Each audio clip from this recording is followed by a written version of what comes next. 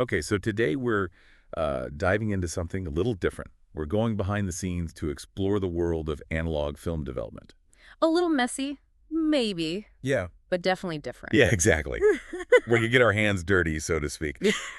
We actually found this super interesting podcast episode sponsored by a film lab in Buenos Aires.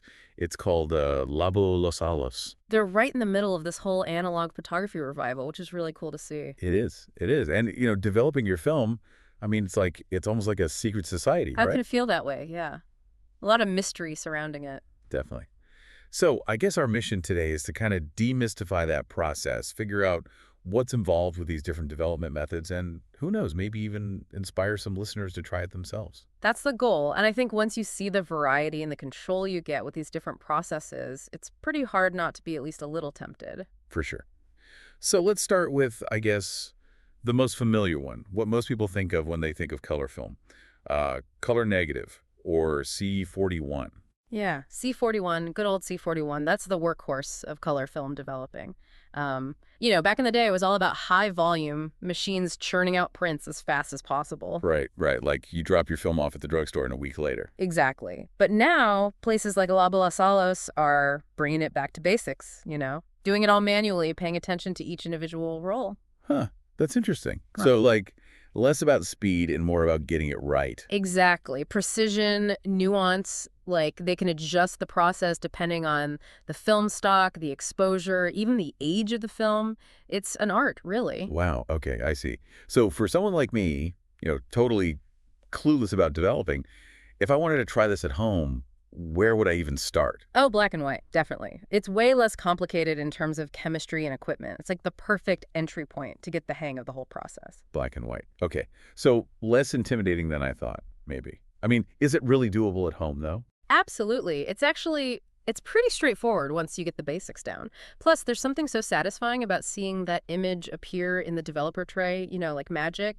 It's your creation coming to life right before your eyes. Wow. All right, maybe I will give it a shot. Now, this next one I'm curious about because the podcast episode mentioned it's a bit more demanding. Color positive, or E6, also known as slide film. Ah, E6. Yeah, it's a different beast altogether. Less room for error, that's for sure. You have to Yeah. nail the exposure in camera because there's not a lot of wiggle room in development. Really? So it's not just the developing that's tricky, it's actually shooting it too. Precisely. And the chemistry is much more sensitive. Temperature, timing, everything has to be spot on. A tiny variation can throw the whole thing off, change the colors, the contrast. Sounds intense. Hmm. I mean, the results are incredible, though. Those colors, the detail, it's like a different kind of magic compared to C41. Oh, absolutely. Slide film has this luminosity, this vibrancy that you just don't get with negatives. It's like holding a little window to the world. Okay, let's talk about something even more niche. Cine film, or ECN2.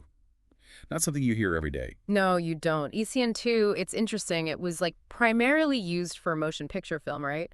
But you're seeing more still photographers playing around with it. Why is that? What makes it so special? Well, it's got this really unique aesthetic, super fine grain, and this almost, I don't know, timeless feel. It's like you're looking at a classic movie still.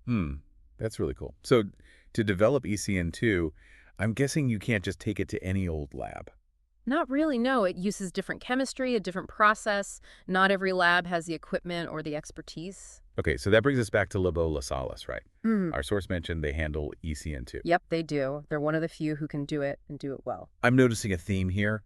They seem really dedicated to doing things manually, no matter what the process is. Why is that so important to them? I think it comes down to, like, a respect for the craft. It's about understanding the film, the chemistry, and being able to respond to those nuances, not just running it through a machine. So it's more personal, more hands-on. Exactly. It's like they're not just developing film, they're creating art. Every single role.